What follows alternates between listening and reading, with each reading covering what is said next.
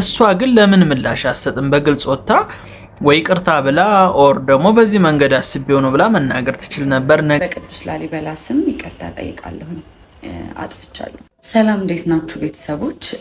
ሰሞኑን እንግዲህ የተዘዋወረ ያለውን ቪዲዮ አይታችሁታል። እኔ የጎሳዬን ዘፈን ቪዲዮ ክሊፕ ለመስራት ነው ሙከራ ያደረግኩት እንደ አንድ ቲክቶከር። እሱ ግን ትክክል እንዳልሆነና ዘፈኑን ተወግዞ እንደነበረ ለመረዳት ጊዜ ፈጅቶብኝ እስከዛሬ ድረስ ቪዲዮውን አላጠፋውም ነበረ። ለሱ ደግሞ በጣም በጣም በጣም በጣም አድርጌ ይቅርታ መጠየቅ እፈልጋለሁኝ። ትክክል አልሰራሁም። ባህሉን ወጉን የጠበቀ ቪዲዮ አልሰራሁኝም።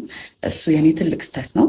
ከወንድም ከእህቶቼ ጋር በመነጋገር ይህንን ነገር ስህተት እንደሆነ ተረድቻለሁኝ እና በጣም በጣም በጣም በጣም አድርጌ ይቅርታ መጠየቅ እፈልጋለሁ። በጣም ይቅርታ አድርጉልኝ። እነዚህ ሰዎች ከቅዱስ ላሊበላ ጋር ምንም አይነት ነገር እንደማያገናኛቸው ተረድቻለሁ ማለት ነው።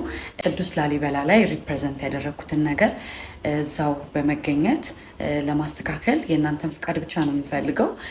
በራሴ ተነሳሽነት እዛ ቦታ ላይ በመገኘት ያጠፋሁትን ስም ለማስተካከል እፈልጋለሁኝ እና ፍቃዳችሁ ከሆነ እዛ በቦታው ላይ በመገኘት ቪዲዮ እንድሰራ እንድትፈቅዱልኝ እፈልጋለሁኝ። ከዛ በተረፈ የተለያዩ ቲክቶከሮች ትኖራላችሁ።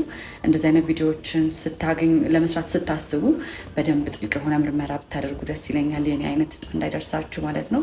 ባለማወቅ የሰራሁት ስህተት ነው። እህት ወንድሞቼ ከልቤ ከልቤ ከልቤ ይቅርታ ጠይቃለሁ። እናንተን ለማገልገልም ዝግጁ ነኝ። የተለያዩ ቪዲዮዎች እንገናኛለን። አመሰግናለሁ።